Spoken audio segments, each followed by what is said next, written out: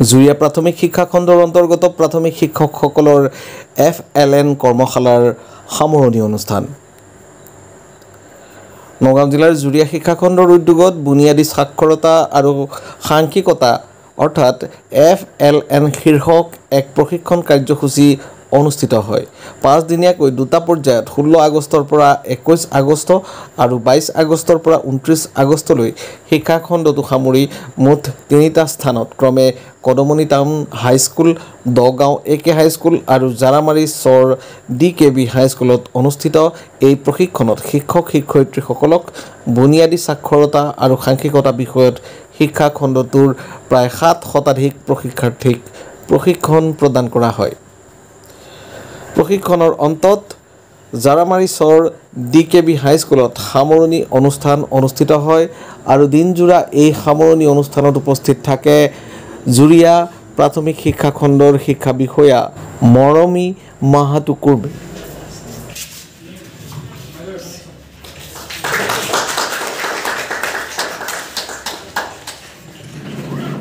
এতিয়া আমি সংগঠনজনা কৰিলে আপোনাৰ কেনেকুৱা পাইছে?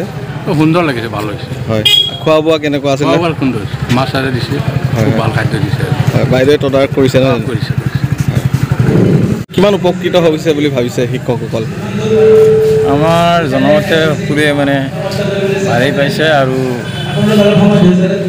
এইখিনি সিহঁতে মানে ভালদৰে মানে উপলব্ধি কৰিব পাৰিছে আৰু এইখিনি সিহঁতে স্কুলত গৈ সেইমতে সিহঁতে পৰিৱহণ কৰিব বুলি মই ল'ৰা-ছোৱালীক শিকাবগৈ আৰু শিকাব পাৰিব।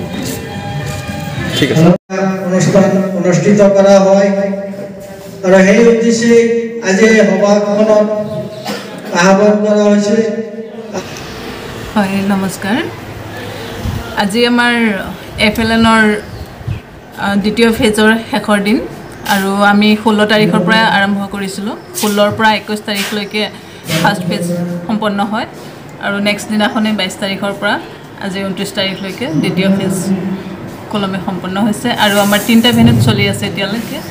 আমাৰ এইখন ভেন্যু এটা জৰাবাৰী চৰ হাইস্কুলখনতো আছে, DKB হাইস্কুলখন জৰাবাৰী স্কুলখনত আছে, তাৰপিছত দগাঁও আমাৰ AK হাইস্কুলখনত আছে আৰু কদমনি টাউন হাইস্কুল।